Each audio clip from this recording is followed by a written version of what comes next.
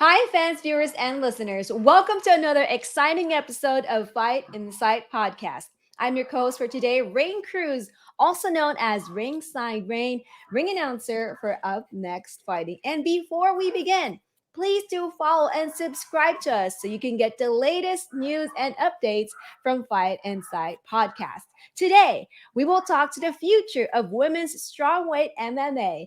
Get spiked on our heads. Ouch! And discuss nasty staph infections and a whole lot more. So, what are we waiting for? Tim, hit it! Ladies and gentlemen, welcome to the Fight Insight Podcast.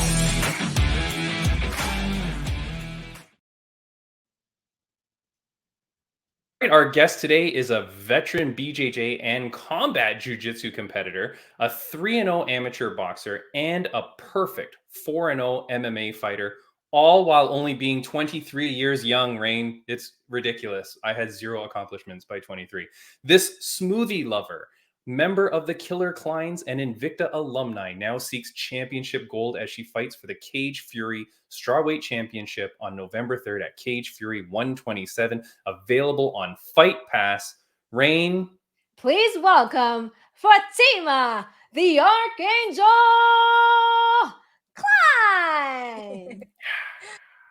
How's it going, Fatima? How are you? I'm doing good. How are you? Good. How was the intro there, Fatima? Smoothie lover extraordinaire. That was member. Awesome. That was so much more than I expected. I was like, how long does this go? Yeah, well, I had much more. Actually, I had one of your family members reach out to me, and I was trying to get dirt. I was trying to get dirt on you, but they did not send me any dirt. So I think your family loves you. Yeah. That said, what the heck is the Killer Kleins? Because as I'm researching Fatima Kline, Killer Kleins comes up. It's an account on Instagram. What is that? So Killer Kleins started when my older sister Trista and my younger brother Vince started getting pretty far in jiu-jitsu. We all kind of did it, but they started like competing a lot. And me and my sister were joking around saying that we would one day do like a tag team together. So then we just came up with the Killer Kleins, and now my whole family trains. So that's just what people refer to us as. So it's awesome. I love it. Fatima, we're going to get to know you by playing a little bit of a game with you first as well. All the questions relate to your nickname, Archangel. So, Raine, question number 1. Okay, question number 1. What name was the X-Men character Archangel known by before he was one of the Apocalypse's horsemen? Ooh. I don't know X-Men that well. Oh, dang it. I didn't know Avengers, but I didn't know if you knew that. But the answer, in case, for nerds like me, Fatima, it's Angel turned into Archangel in the comics. So there you go. Oh, okay. Yeah, wow, yeah, it was a yeah. lot All right. than I thought it was gonna be. All right, that's okay. The questions only get harder, Fatima. Yeah. Raine number 2. All right, fasten your seatbelt, Fatima. What famous video game named after the word devil in Spanish has you fighting demons alongside archangels for hours and hours grinding for loot? Oh, I feel like I know it, but it's a Spanish word for devil. It's a video game. Spanish word for devil. It's normally like El Diablo. Oh, he was close. Okay, I was like, I was like, I could say hi, how are you in Spanish, but that's what that is. All right, this is going very badly. Yeah, I'm like 0-2 right now. The third question maybe is okay, Raine. I gotta do okay. This is my fault, All right, number 3. This James Bond actor starred in a movie titled Archangel in 2005. Oh, the only James Bond actor you'll know. You got this. Here, I'll show a picture of him. Oh, that guy. Yeah, no, I don't know his name. I'm trying to read the bottom. I was trying Daniel to Craig. the bottom. Daniel Oh, Craig. okay. Daniel Craig. And then for just for completion's sake, though, here's a picture of Diablo. There's the video game there. But okay, Okay. fine. All right, Fatima. Nobody has ever gone 0-4 in the game, This might and be a is first. almost. It is literally impossible for you to miss this one. Okay. Here we go, Raine. But this is the hardest question, though. Yeah. So, let's see. Okay, number 4. This Archangel is going to claim the CFFC strawweight title on November 3rd at Cage Fury 127. Available live on Fight Pass. Oh yeah, Fatima Kline. Fatima Kline. Ding, ding, ding, ding, ding. Yes. There you are. Fatima, you are fighting for strawweight gold. Finally, I want to see you get a title wrapped around that waist. How excited are you to go to CFFC for this title? Oh yeah, I'm super hype. I didn't think that they were gonna throw the title to me right away, but I hopped on the opportunity as soon as it was offered. And yeah, I'm definitely super excited. Whether it was for a title or not, a fight is a fight. You go in there doing your best no matter what. So yeah, I'm just super excited to be able to go out there and fight again, put on a show, and definitely be able to take some gold home with me this time. That's crazy. Now, it's in Mississippi, is it? Yes. So how far away is that from you, and how many of the Killer Kleins will be joining you? It's about a 3-hour plane to Memphis, Tennessee, and then an hour drive to the casino in Mississippi that I'll be fighting in. And both of my parents will be coming with me, so the siblings will have to stay home for this. Yeah, that's good. Well, there you go. That's not bad. And so, is your family normally at your fights? Like, they don't get too freaked out watching you kick ass? My mom definitely. I feel like sometimes she's almost gonna hop in the cage with me. Thank God she hasn't yet. But my dad's more of the calmer one. My mom seems like she wants to fight sometimes. So, yeah, they normally come with me. My mom has been to every single one of my events. My dad has recently started coming to all of my professional fights, and my siblings come whenever they're able to make it. But there's 5 of us in total, so it's hard to bring us all around. Yeah, that's crazy. Well, congratulations. I mean, like, it's amazing. Now, as I was researching for you, I found out that your mother had started training herself. Yes. For fans of the Klein family, how is Mama Klein's training going? Oh, it's good. She's still a white belt. My dad has been surpassing her a little bit. He's like a 2-stripe white belt now. So I think they kind of got into a competition on who's gonna level up first. But it's been cool watching them train. They definitely know what they're talking about a little bit now. But it's cool to when you understand it a little bit more, it's a lot easier to watch it. So. Yeah, that's amazing. Like, that's so cool though. Like, the whole family, the kids are doing it. And now the parents, you've brought them in on it. So, I mean, one day we could see like a card that's just Klein versus everybody. Like, oh yeah. 5 Kleins lining them up, taking on, like, it's just a Klein card. Line them up, we'll take them out.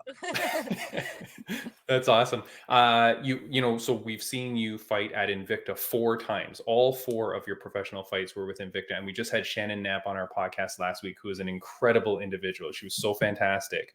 After the CFFC title is around your waist, what's next for Fatima Kline? I'm looking to take anything with the UFC. I'm really hoping that this fight will skyrocket me there. I think another finish under my belt and taking home a belt, I think that heightens my chances by that much. And yeah, hopefully it's straight to the UFC. If I have to defend it, I'll defend it. But I've been working so hard to try to get there, and I think this is finally my opportunity to make my dreams come true. So I'm taking it just as serious as I have everything else, if not more serious. And yeah, this is the best camp I've ever gone through, and I'm really excited to see the outcome for sure. Yeah, we're all excited to see the outcome, Fatima. Geez Louise, like, we're all excited to watch the Archangel, kick ass. Now, if you were to go to the UFC, it would not be your first time at the UFC because I saw you in Singapore cornering Erin Blanchfield. Yeah. So how, I mean, that's amazing. And I believe Jillian DeCourcy as well. You train with her as well? Yeah, I train with Jillian DeCourcy as well. Yeah. Okay. So like big names, Raine. Yeah. These are like killers. So obviously Fatima trains with them. But so you're in the corner of Erin Blanchfield in Singapore. So you've made the walk. You know what I mean? Like obviously you weren't fighting, but you're there. You see the environment. I mean, no crazier environment than that Singapore crowd that night. How do you feel like that's preparing you for when you do make that step? Like you've already been there, you've seen it all, you've witnessed it at the highest level. Oh yeah, I've taken the walk twice with Erin Blanchfield and once with Elise Reed, and I definitely feel like I've been able to see like the background of it, the cameras, the walk, fight week, Yeah. I've what it takes to actually get in there, and I feel extremely confident that when it is my turn that I've already done it all. I've done it for other people. The only difference would be, actually fighting itself, and I've done it 4 times now. So what's the difference? Another one. So yeah, I'm definitely super excited to see what the next couple months hold. Yeah, it's so crazy. Like it's so cool to see like a young athlete like this, Raine, Mhm. living out your dream, accomplishing everything, Fatima. I'm so happy for you. What do you think in terms of the Singapore crowd and like the UFC crowd and all that? Did you cry when the Korean Zombie made his walkout and the people were singing "Zombie, Zombie"? Oh yeah, that Were you? that was awesome. I couldn't say I was crying, but I felt so happy for him that Yeah, he was able to really retire. I mean, what better way to retire than having a whole crowd chant your name? yeah. Yeah, having the career that he had, and being able to walk away still, with being a fan favorite. What more can you ask for? I know. It was beautiful. Fatima, I was like tearing up, man. Like I was like, Oh what this is it's crazy. Like just to see it's so emotional. yeah. That said, music is so important, like when you're doing your walkout and stuff. Your walkout song, god dang, I put it on your promo video. I'd never heard that song before. That song is very good. Where did you find that song? What's it called again? I forget. I apologize. It's called Finish Line by Skillet. Yeah. I saw Skillet in concert like 2 or 3 years ago, and they came out with a new album, and I was listening to their new album, and at the time I was trying to look for a walkout song, and I wanted something that hyped me up and kept me calm, Mm. and it's hard to find that. You either get one or another, and I listened to that song, and I knew right away that it kind of spoke what I always felt like. No matter how tired or how many rounds I'm losing, that I'll always fight to the death.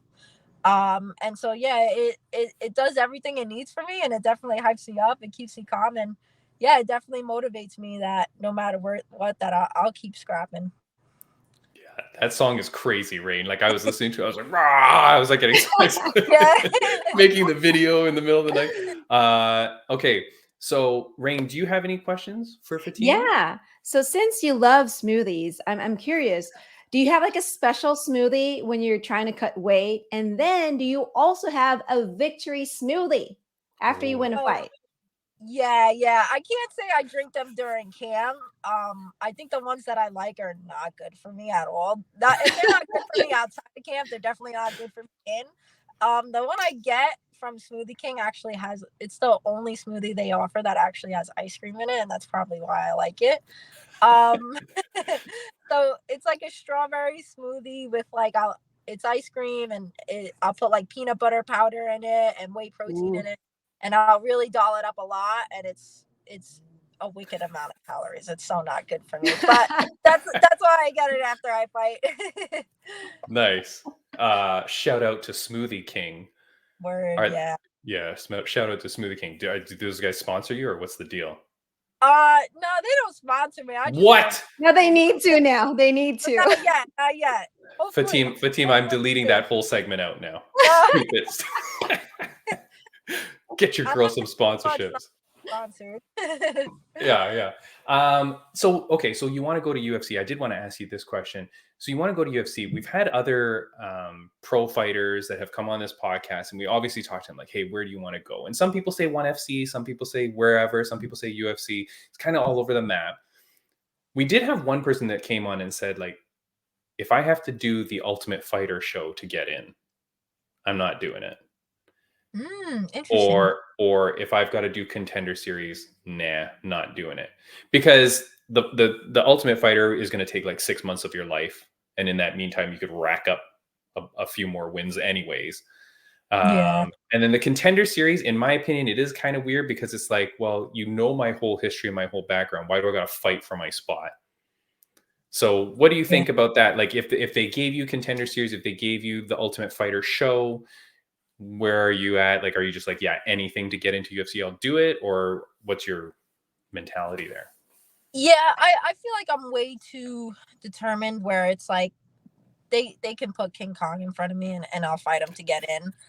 So I do both. I was looking for a Contender Series fight.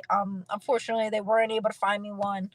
Um I did sign up for Ultimate Fighter until they decided to do like an all men's division. So I've come really close to it. I just haven't actually gotten there yet.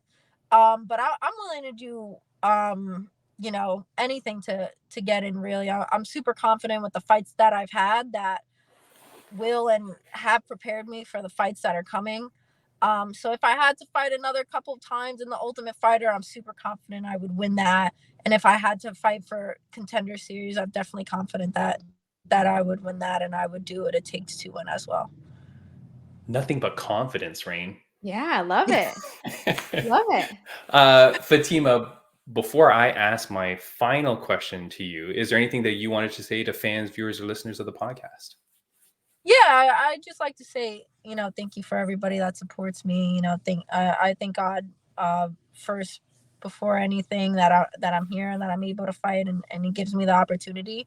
And to all my coaches, all the gyms that I train at, Silver Fox, BJJ, MK Muay Thai, and Cordoba Train Wrestling, and all of my training partners there, and everybody that helps me prepare, and for all the fans that watch. So, yeah. Yeah, of course. And Fatima, we did have some fan questions that wrote in stuff. I don't want to keep you too long. I know my good friend Derek Clark, owner of Fight League Atlantic, Oh, he yeah, yeah. he asked, how are your FLA gloves? Oh my God, yeah, I'm still using them to train. Actually, I love them. They're perfect. Yeah. Yeah, Very nice. Yeah, very nice. He's a great dude. There, we had one question submitted. If you could jump the cage and pick a fight with any celebrity sitting cage side, who would it be? Oh, if I could pick a fight with anybody, Yeah. oh man, I feel like I'd want to fight one of the Avengers. To be honest, Ooh. All yeah, Okay. right. I don't know if I do like a celebrity. I'd more so want to see like how good I would face off against like an actual superhero. So No. Wait, yeah, Fatima, you know they don't really have superpowers, right? yeah. I'm like, man, I wish I did just to see how I compare to them. Yeah. You know, small world is that the girl that plays Ms. Marvel, you know, Yeah. that she like lives right near me, and she goes to the comic book store that I go Oh to, my and she God, like no way. signs people's stuff and everything. Yeah. So Oh, cool. I might be able to hook up a fight for you if you want. Oh, I could promote that. yeah. Fatima Kline versus Miss Marvel Miss coming Marvel. soon. See, that's a hit. That would be awesome. And she's and I feel like she's kind of like, I feel like she might be strawweight type Yeah, size. You know what I mean? like strawweight. Yeah. I was thinking that too. I'll bump up a little. Nice. Fatima, a question that I ask all of our guests for a long time now. It's a question that my mom used to ask me when I was growing up. Like almost every day of my life, she would ask me this. And I want to ask it to you. So, Fatima, the Archangel Klein, on a scale of 1 to 10, how happy are you? Oh yeah, I feel like I'm like such a 10. Such a Love 10. it. Yeah. I feel like I don't know. I've met so many people and they always kind of tell me I'm such like a joyful person. So I feel like I do find good in a lot of things. So yeah, I would definitely say a 10 for sure. Nice. And always a 10? You're feeling pretty high on life? Is it because of anything in particular? Is it just because that's the kind of person you are?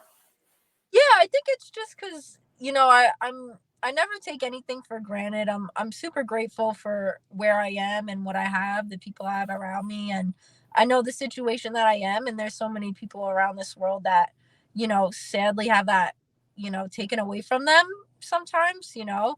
Um and yeah, I definitely couldn't be more grateful for where I am and that I'm able to do what I love. So yeah, I always try to think about that, and that definitely makes me happy and wanna help other people to be happy too. So yeah. That's awesome.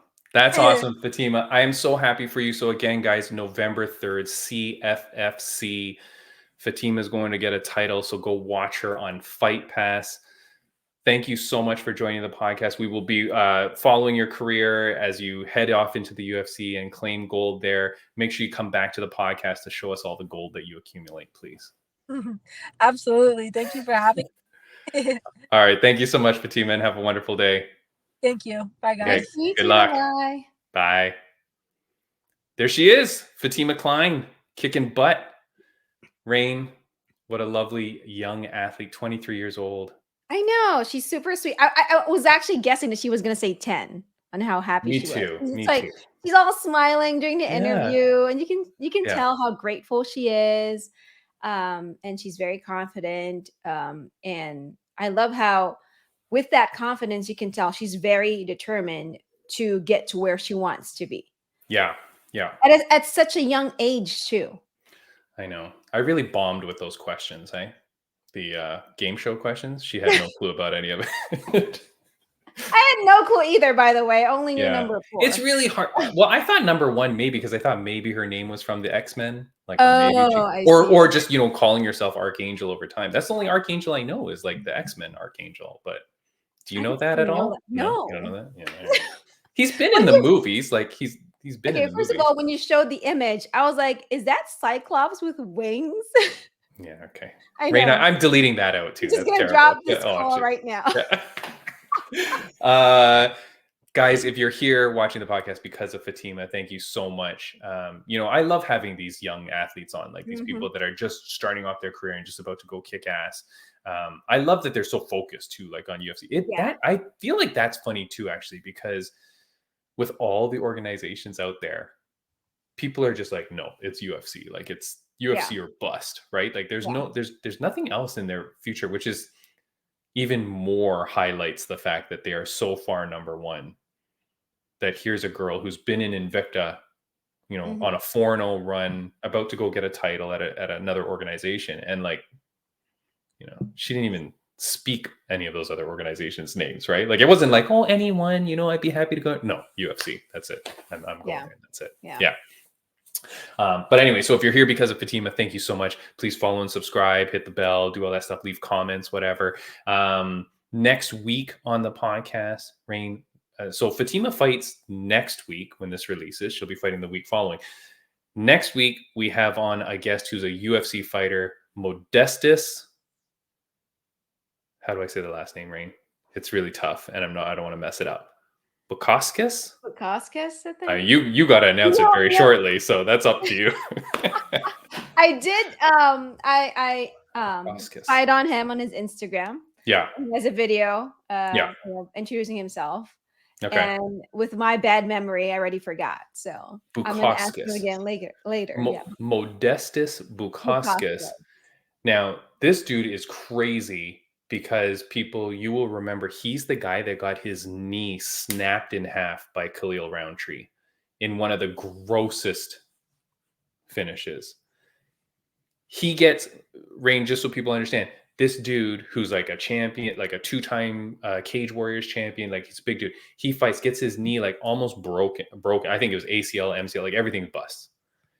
He then gets surgery or whatever, recovers, goes back, reclaims the Cage Warriors championship, comes back to UFC after 2 other fights, and is now on a 2-0 streak in the UFC. Crazy that this guy's able to rebound off that. So excited to speak to him next week. And then down the road, we've got other people and people lined up. I also have a UFC doctor lined up. What? Yeah, like With all their contacts and mm, guests lined up. yeah, like it's busy, you know. But so we have a UFC doctor lined up because there was a thing that happened on the weekend Uh-huh. where the doctor kind of like screwed up a few times and stuff. So we're gonna have a doctor come on to kind of talk about stuff, you know. So lots of stuff. So follow around and keep us in check. But as we always do, we do a friends of the podcast update. The only thing that is important is Raine Cruz announcing at UNF the You know, 13th. 13. Boom. Was it their 13th event? No, it just Yeah. went right. It was the 13th event Yep. Yep. and it Yep. lined up for a Halloween show. God dang. These guys are marketing geniuses, Raine. Talk about perfect timing. Oh my God. Perfection. So tell us, how was the event and how did everything go? You know, the event was amazing. I'm going to start off with the weigh-ins. You know, it was smooth sailing. Got to talk with, you know, the fighters. Obviously, I usually do my thing where, and I ask them, how do you pronounce your name? Where do you want me to, you know, announce your nickname and all that? I also met my co-announcer for that night, Chad Fishburne. Amazing as well. So UNF 13 this past Saturday. What a great event again from Up Next Fighting. Amazing fights. There were some bloody ones. And Oh, yeah, did you yeah. get any blood on your sparkly vest? No, Oh, because okay. when people started kind of like backing up from the cage, so I kind of, you know, I was kind of like behind the people who were backing up, so I was like, all right, I think I'm in a good spot. Yeah, just hide and dodge it. Yeah. Yeah, but I saw some, you know, blood outside of the cage because, you know, it kind of, you know, there's like, Oh, I call it the rain of blood. nice. Uh, Yeah, no pun good. intended, but yeah, I saw some blood outside of the cage. All right. But for sure, there were fights wherein I kept saying, "Oh my god," and you know, I was trying to save my voice as well, so I wasn't trying to scream. Yeah, yeah. But yeah, it was really good. You know, being able to announce alongside Chad was a great experience. I learned a lot from him. And just being able to announce title fights. Oh, especially from the amateur card, man. I love announcing amateur fighters. Yeah, And I've mentioned this before. And it's because I want them to feel like they are on the right track. They are on the right. right path, you know. Yeah, I want them to feel like, you know, let's say this is their first fight. You know, I want them to feel like, oh my God, you know, everything that I trained for, I worked hard for, it's worth it. You know, just hearing my name and all that. So yeah, I announced two title fights from our UNF Rising Stars division. So that's really cool. very, very cool. Congratulations. I saw my good friend Judge Mike Bell was there. He was Mhm. refereeing. He was saying that the venue is gorgeous. He goes, this Oh yeah. venue is like beautiful. Like when you look at it, the tent and every like the way it looks is gorgeous. But very importantly, you met multiple time appearance on this podcast, Mr. Matt Queso Padilla. Hi, What's Matt. going on, Matt? I love his Enjoy. shirt. Queso Mania. I mean, that dude is the best. So you met Queso, you didn't have to sneak him in. He was there legally, like Yes. you didn't have to sneak him past security or anything like that. Yeah, that's good. Funny you said that. Someone actually asked me. He approached me sometime during the event, and you know, because there's like a little security thing, you know, that separates like Yeah, the yeah, yeah. ringside from like the people working the event, right? This guy approaches me and he's like, "Hey, you know, will you let me through?" And I was like, don't ask me. I don't have the authority to do that. You know, ask Yeah, those yeah. guys over there. And he's like, I hate you. And I was like, okay, you can walk Hmm. away. It's All okay. right. Well, that's a criminal for sure then. So like it's a good thing you didn't let him in. No, that's amazing. And so this gentleman that you said was announcing with you, you met him. So this was his first time or like because there's So normally a few of you. yes. So when I first announced at UNF, I met Ray Flores, who is now Yes. doing play-by-play for ONE FC. And congratulations to him, by the way. And then Chad Fishburne, he is the one who announces for our club UNF fights. And I met him for the first time at our weigh-ins event, and we tag team for UNF 13 to announce the fight. So he announced the pro fights, and I announced the AMI fights. Nice, nice. That's amazing. It looks so amazing. I'm so happy for you. I've got good news and bad news for you. Oh So what no. for me personally? So what do you Oh want? no. Good or bad first? Let's start with bad. So that way we can, bounce back with the good news. Well, hopefully the good news is that good. So you know how you've complained before about like my haircut being bad and stuff, and you said like I got to look better. So the hair is going to just get worse. Oh God. Are you gonna shave it off? No, no. No, it's just going to get more and more moppy Okay. over the next couple weeks because the good news is I think I'm like very close to confirming, but like pretty much 99% sure I am headed back to the East Coast to go check out FLA 12 on What? November 18th. But that's why then I got to wait to get my haircut closer too. Otherwise, it's going to be in an awkward transition period. So, Okay. bad news, just put your hand over this side of the screen. Yeah, Good true. news. Good news, right? Timmy B is going back to Atlantic, Canada, and going to check out FLA 12. So I'm very, very excited for that. And again, I greatly appreciate those guys so much for having me there. So Here, I'm actually just gonna drag my notes and cover yeah, your just side of the screen now. There yeah, you yeah. go. There you go. I don't see you Feel anymore. free to do that at home. Thank you very much, Raine. So that's my good news, bad news, and that's our friends of the podcast update, which is really just us two. So hey, Well, that's congratulations. Oh, by the way, thank you. since we're talking about the friends of the podcast, I saw a bunch of our friends of the podcast at UNF 13. Next time I will be taking pictures with you guys. So I know you guys are listening right now. So Yes. get ready. Boom. I Yeah. saw Khalil Pearson, the luscious Gordo. Yes. The Um, I, man. yeah, I saw Yeah. Chris Love that. Leben, Mike Bell, and who else? Oh, Matt Padilla, And Pace Matt and Padilla, Matt. of Yeah, course. yeah. It Yeah. was funny. Like he walked up to me and he's like, Raine? And I was like, and he's like, oh Matt, oh hi. He's the funniest dude. Matt has the funniest personality. Like he's so calm and dry. Like he's so funny. I love that guy. I'm very glad that I met him through this podcast. And we've been friends ever since. So he's That's such a cool dude. awesome. That's He'll be awesome. back for. I mean, at the very least, he'll be back for our year-end show because I like bringing him in for our year-end awards and stuff. He's very knowledgeable. This dude watches everything. And That's awesome. yeah, so he's a good dude. All right, we got to talk about some disgusting stuff. Oh God. First off, we got to talk about what happened at UFC because this is gross. I was going to talk to Fatima about it. I had it in the questions, but she was just too lovely and too happy that I didn't want to talk about something nasty. But it's the staph infection. Okay. So this girl, I'm going to play this quick video, and this is the translator translating for her when asked about her staph infection. If you're anything into MMA, you've seen this. My manager was fighting with the doctors because they just checked me after the fight and they said, why didn't you tell us before? Because we would have had to take you off the fight. This dummy. Like, do you know what staph infection is?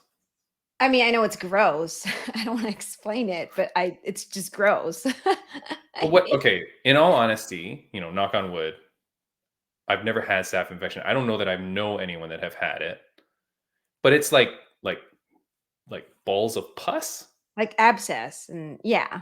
But it can be anywhere. Yeah. Like on your chest. I think I remember there was one time Kevin Motown Phenom Lee was in UFC, and we're pretty sure he had it because he had this weird thing on his chest. Yeah. This chick had it in her. Right? Yeah. She did talk about it like full on in her interview, like that, and that clip that you play, like she mentioned where it was. So I think during that interview she was saying that like she's kind of like bloody where Yeah. infection is or was. And yeah, I felt bad for her, but at the same time it's like I feel like if you do have something like that, I get it. You don't want to, call off your fight. You don't want to, Yeah, you but still want to fight, but it's like I don't know. You have to draw the line at some point. yeah, I mean, I get it because she was okay. So for those that don't know, she was making her UFC debut. So she's the first fight on the early prelims. This is Mhm. your opportunity. You're an undefeated 7-0 fighter. She was fighting Jinyu Frey, who I don't know has lost her last like 37 fights. Like she was like a heavy favorite to win this fight. So it's like, look, I'm going to do this. I'm going to make it. So that people don't know. Staph infections are caused by Staphylococcus bacteria, these types of germs are commonly found on the skin or in the nose of many healthy people. Most of the time, the bacteria causes no problems, but staph infection can cause serious infections if it gets into the blood and can lead to sepsis or death. Okay, so it's not nothing. And then if you look up how do staph infections spread? Do you know? No. Staph infections can spread while talking about them on podcasts. Oh my God. Staph infections can spread on objects as well as from person to person. Staph bacteria can spread on clothing, towels, and bedding. So, like, if this chick is fighting and she's got this crap on her and she's the first fight on the early prelims, Yeah. you've put your nastiness everywhere. Yeah. And I feel bad for, her opponent because it's like finding out after the fact, like, Yeah. oh Like, no. because there's been cases, Raine, where like there was a classic one where is it Paulo Costa against Luke Rockhold, where like he's bleeding and he pours the blood on his face. And that was, I mean, it was kind of on purpose and kind of gross, but like that could happen.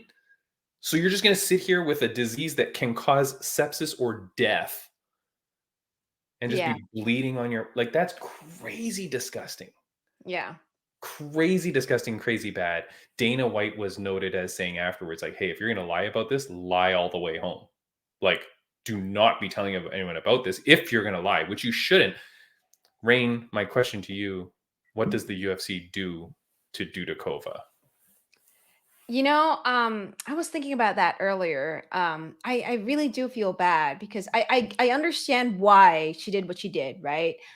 But the thing is, something like that puts your opponent, puts other people in danger or at risk of getting infected, getting sick, Death. yeah, death too, right? And to me, maybe a fine. I feel like a warning will do as well, but I feel like getting fined for something like that, for lying about something like that. I think that would kind of teach, everyone a lesson that, hey, you know what? We do understand this is your opportunity, but at the same time, it's like, if you're putting everybody else at risk, no, you can't. And you should be fined for that. How much would you fine her? Oh God, I'm not good with money. Percentage wise, like how much of what she made would you fine her? Knowing that if you miss weight, you get fined 20%. Okay. So, I mean, God, maybe 20% too. hmm.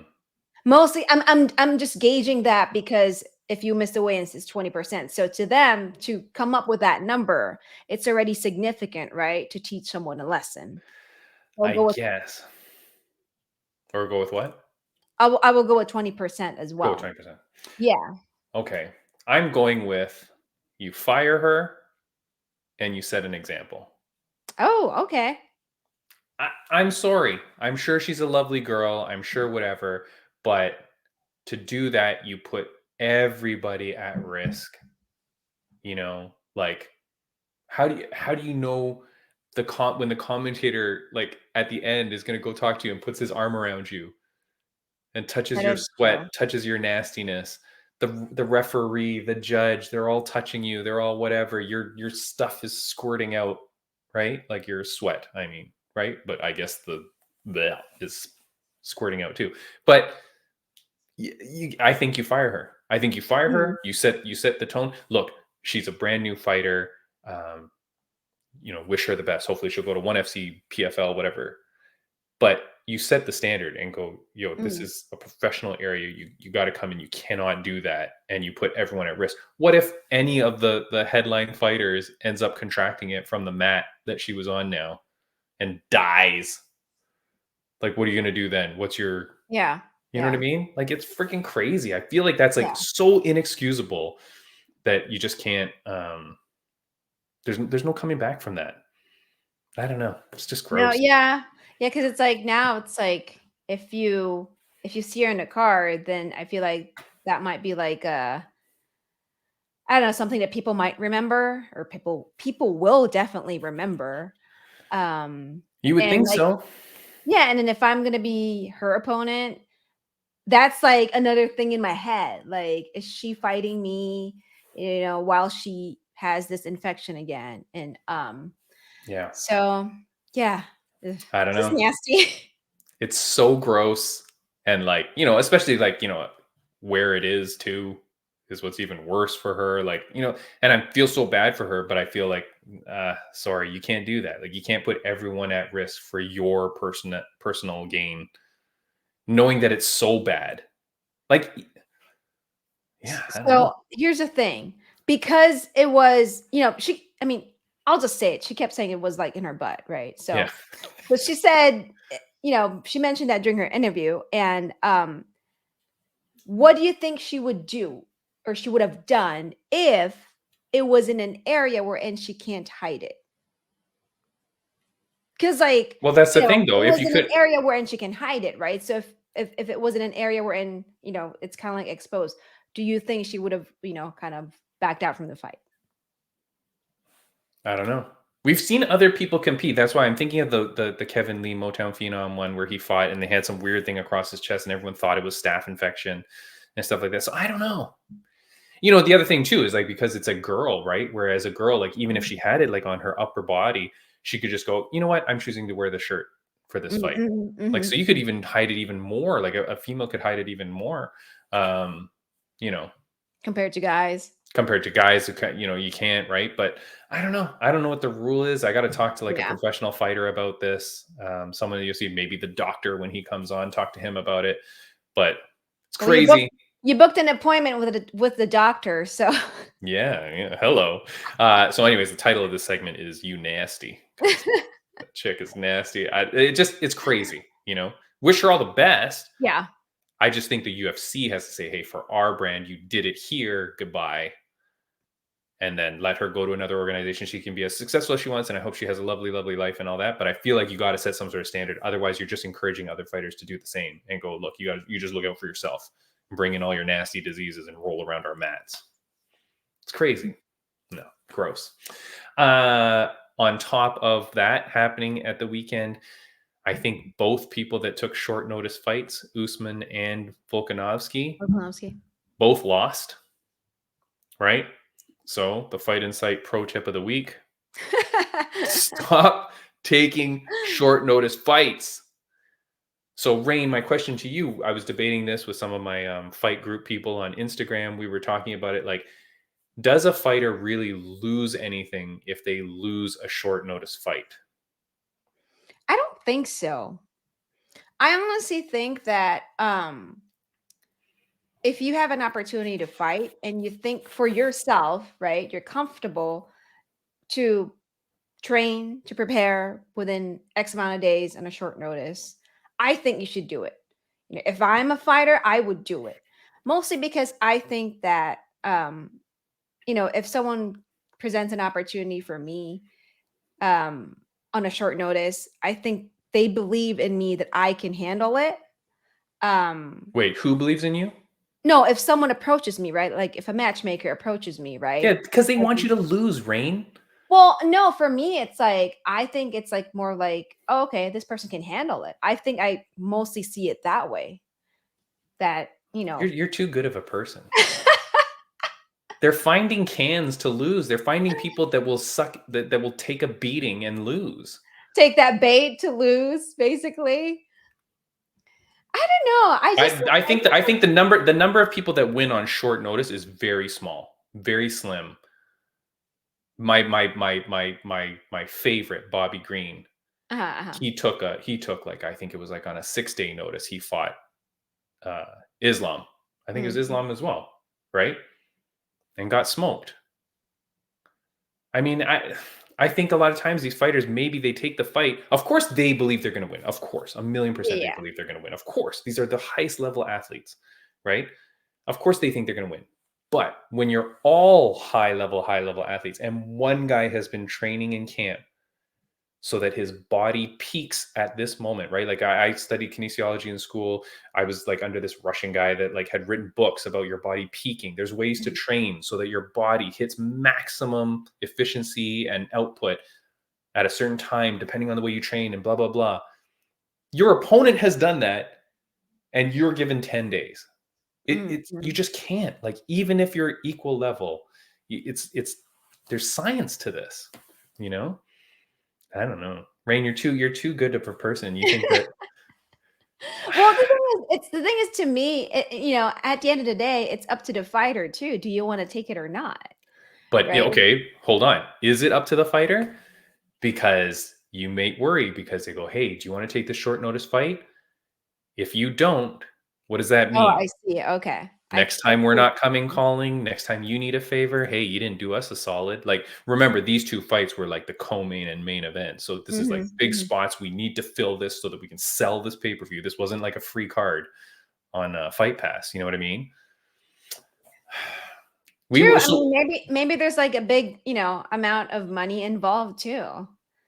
I mean, the fight was in Abu Dhabi, right? It was or Saudi Arabia, right? Yeah. Yeah. The desert. Yeah. So, just judging by where the fight was, I can see a bunch of dollar signs already. So maybe taking up on a short notice. So, okay. A lot of dollar signs for these fighters and right, because so that leads me then to back to the original question, which I was arguing with people online in my personal chat, because they were like, who cares? Even if they lose, they've done the company a solid. I don't think these guys necessarily care that they lose a fight. I don't agree with that. I think these guys are professional fighters. Every win matters. Every loss matters. 10 years down the road, when we look at the record books, you're not going to go, well, minus one of those losses on Usman's record because that was a notice loss. Like, no, nobody's going to care. They're going to look at his overall record.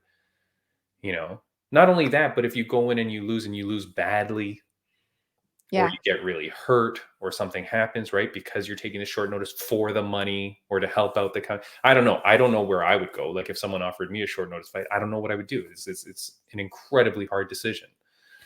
But what are you laughing at? No one's offering me. No, it's just like I'm just like starting to think to myself too. If someone offers me like a bunch of money to fight, will I actually do it? No, I'm gonna get destroyed. I'm not a fighter. But what if you had to fight like a fellow ring announcer? No. Like I saw you sizing up the guy. I feel like you're gonna fight him. I don't know. You did a little bit of an aggressive move. I don't know. No, I just it's a weird thing. I think, look, stop taking short notice fights. That said, I think our guest next week, Modestus, I think he got back into the UFC on like a 3-day short notice fight or something. Like, I think that's how he got back in. Oh, was wow. they gave him a short notice and he came in and took it. If you're that guy, if you're someone looking for an opportunity to get in, of course you take it. Of course, if you're not signed to a professional league or whatever, and you're looking for that opportunity, of course you take those short notice fights. You stay ready, you be ready, and you take those fights and you do it because that's your shot.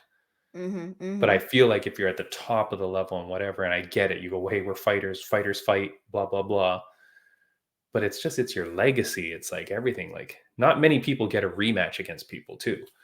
It's like, once you lose to that guy, I don't know that you ever get that fight back. Yeah, that is true. Yeah, I don't know. Kind of weird. But last thing that we will talk about, our last subject. We're doing very well on our time and on our subjects here. I feel like we're doing good. So this is called, and this is for you, Raine, Mr. Wonderful does it, and so can you. Now, Raine, Mr. Wonderful was a wrestler that wrestled probably maybe before your parents were born. I don't know. Do you know Mr. Wonderful when I say that? Mr. Wonderful, Paul Orndorff? It's funny when I read the graphics as Mr. Wonderful, I thought of the guy from Shark Tank. Yes, he's called Mr. Wonderful too, actually. Yes. Yeah. Okay, yes, we're not talking that Mr. Wonderful. We're talking about Mr. Wonderful Paul Orndorff. And the reason why is because his finishing move used to be a pile driver. So I'm going to show you a video. I don't think you've seen this, but I'm going to show you a video. And this happened at some organization. I saw it online. It was on Fight Pass, I think. Watch how this fight finishes. And so if you're if you're listening only on audio, come on over to our Instagram where you can see this video. It's on one of my reels right now at Fight and Sight Podcast, or come over and watch the YouTube video. But it's essentially someone in a choke. They pick the dude up and they spike his head multiple times. Raine, here we go.